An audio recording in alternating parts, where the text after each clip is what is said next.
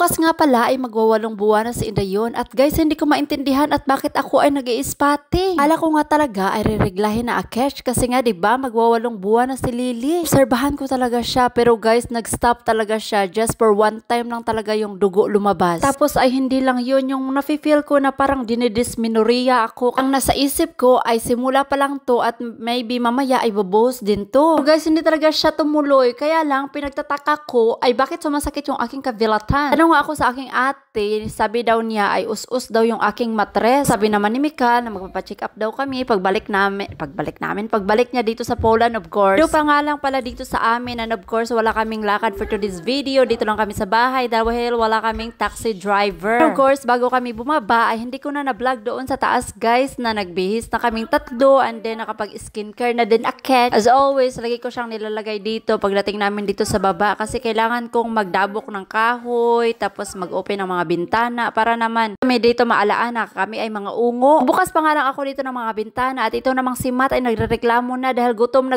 daw siya. Tatanong kayo kung anong oras kami gumigising dito sa Poland guys. 4 AM to 5 AM gising na kami. Bakit? Dahil guys 4 PM dito sa Poland ay gabi na as in madilim na talaga siya na parang alas 6 na sa atin sa Pilipinas. Kaya mga 5 to 6 PM ay tulog na kaming lahat. Yun yung mga alaga ko lang pala dahil hindi po ako kasali matulog sa mga oras na yan. Kailangan ko pang magtrabaho. Diretso na nga ako dito sa kusina para mag-prepare sa kanyang breakfast. Nakikita nyo na umiyak si Cordapio kasi nga guys gusto niyang kumain ng Barney. Yung Barney na may chocolate ba? Tapos sabi ko maaga pa hindi ka pa pwedeng kumain ng chocolate kasi napaka-hyper niya. Anyways, wala siyang choice kasi kung ano yung binigay ko, yun yung dapat niyang kainin. No talaga sa akin na pa breakfastin ko siya ng tsokolate. Totoo lang guys, nagpapalambing lang yan siya. O diba? Kala ko dati nung nagsakupani kami kasama namin si Daria at saka si Ate Nieva ay napakakulit ni Matt. I mean guys, pag nasa shop kami ay hindi kami talaga makamove on sa other shop pag hindi siya makabili kung ano yung gusto niya. Ngayon as in, napakalaki yung kanyang improvement. Marami na siyang nasasalita. Tapos mabilis na din siyang kausapin. Anyways, pagkatapos ko nga siyang binigyan ng kanyang pagkain, nandun siya sa kusina, hindi ko siya pinalabas o natagak na noon si Lilipot. Kasi magkagat-kagat yan siya kasi natumutubo pa yung kanyang mga bangkil. Dahil hindi pa siya nag-aalboruto ay kailangan ko munang maglinis-linis dito para mamaya ay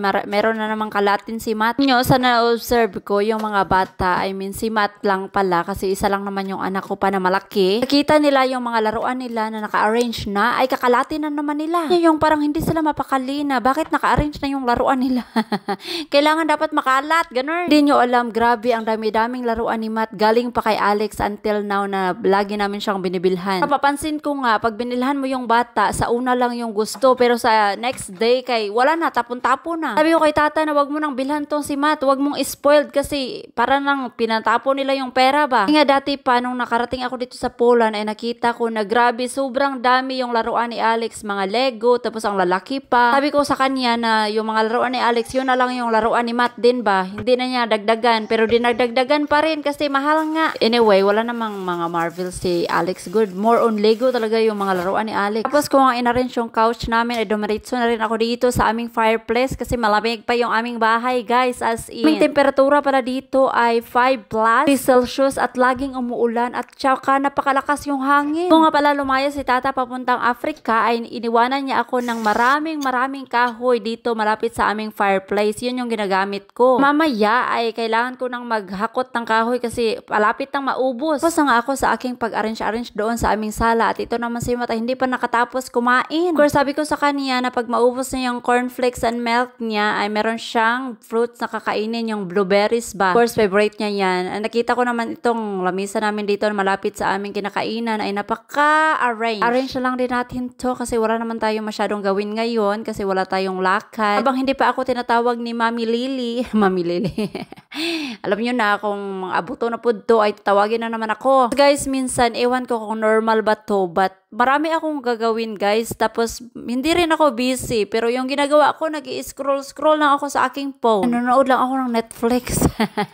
Pero ang dami ko talagang gawain guys pero bukas sasabihin ko na lang ay bukas na lang yun. Tapos kung nagkape kasi nagkape muna ako bago ako kumakain. Pala yung niluto ko last time yung sinigang kasi nga masarap humigop ng sabaw lalo na malamig dito sa amin sa Poland. Katapos kong kumain ay naglabing-labing na naman kami ni Cordapio kasi ngayon ay family time. time. Feel ko talaga yung boredness ni Matt ngayon guys dahil wala siyang pasok, diba? Dahil ngayon ay Saturday at bukas ay Sunday. Tapos whole day lang kaming nasa bahay. Grabe. Pati buho ko na yung nilalaroan niya. Na-board na nga kaming lahat sa babae. Umakyat na naman kami dito sa room ni Alex. Supposed to be, tutulogin ko to si Lily sa aming master bedroom. Pero guys, gusto mang maglaro ni Matt dito sa room ni Alex. Ikaw nga sa kanya na ikaw na pumunta doon sa room ni Alex. Dito lang kami ni Lily para makatulog din siya. Pero ayaw niya talaga kasi takot daw siya. Ganun. Heto, nandito na naman kaming tatlo. Buntot-buntot talaga kaming tatlo kung saan ako. Nandito rin silang dalawa. Walang choice. Kami nitong kambal to ko. Ay, triplets pala. Nangoy up namin kasi mag-alas 3 na dito tapos 4 AM pabiya kaming gumising. Na-feel na naman naming matulog ulit kasi mag-alas.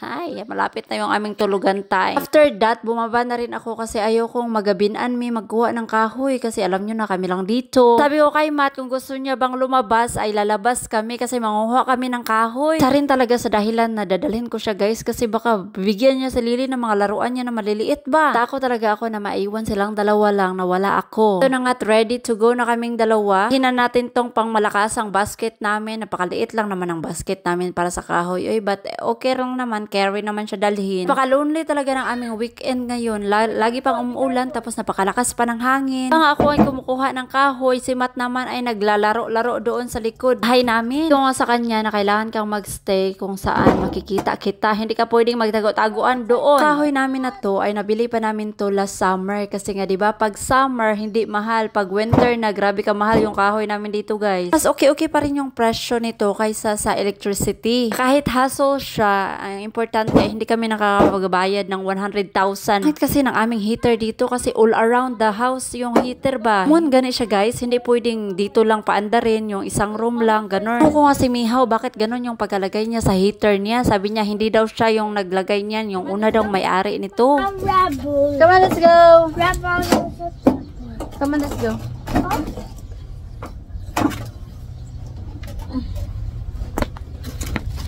Get mama phone. Mama phone. Oh, mama phone. Hey guys, tomorrow go outside. Tomorrow go outside. Careful. Tomorrow we. Oh my God. Be careful, Mate. There's a poo in here. See this? Be careful. There's a poo. There. No, don't go there. Karga-karga ko nga si Lily paglabas namin, hindi ko na malaya na meron palang pupo ng pusa dito sa aming door. Yan naman guys na yung kapitbahay namin, may 7 silang pusa. Kaya nga dito everyday pag natutulog ako ay kinakabahan ako lagi kasi lagi notify yung CCTV na merong gumagalaw sa labas. Alam nyo naman na praning ako ngayong araw na to, I mean these days kasi kami lang dito kaya lagi akong nag-check kahit tulog ako guys. Gising talaga ako para matingnan ko kung ano yung nangyayari doon sa aming labas ba. Wala nabanggit sa inyo bakit ako nagkakaganito ngayong mga panahon na to kasi nga nung dumating ako dito until now may 2 bahay na inakyat dito. Sensitive din ako sa mga ganitong bagay kasi nung nasa Lapu-Lapu din ako inakyat din kami doon sa aming boarding house. After half hour nga umakyat na rin kami kasi malamig na talaga at saka malapit ng didilim. Yun na bago kami matulog ay kailangan pa naming magbatab kaming 3 para fresh. Masarap kaya matulog pag bagong ligo, diba?